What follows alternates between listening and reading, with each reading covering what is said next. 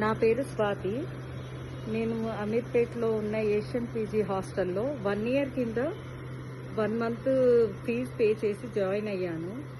Join అయ్యాక 15 డేస్లోనే నేను వెకేట్ చేశాను. ఎందుకంటే అక్కడ హాస్టల్ మెయింటెనెన్స్ బాగాలేదు. ఆ హాస్టల్లో ఫుడ్ అంత సరిగా ఉండేది కాదు.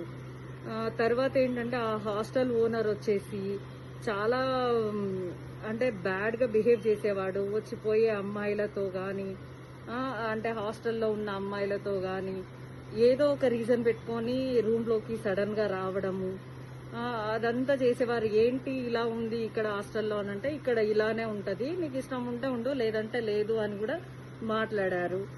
సరే ఇదంతా ఏంది అని చూస్తే అక్కడ ఏంటంటే అబ్బాయిల కోసం అమ్మాయిలను పంపిస్తున్నారు అని కూడా కొంచెం నాకు వేరే అమ్మాయిలు చెప్పడం జరిగింది.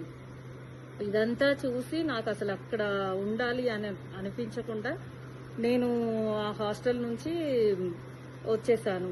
ఇంకొకటి ఏంటంటే ఆ హాస్టల్ ఓనర్ వాళ్ళ అబ్బాయి కూడా ఎలా అంటే నీ నంబర్ ఇవ్వు అది ఇది అని కొంచెం బ్యాడ్గా బిహేవ్ చేశాడు. దానివల్ల నేను చాలా బాధపడ్డాను.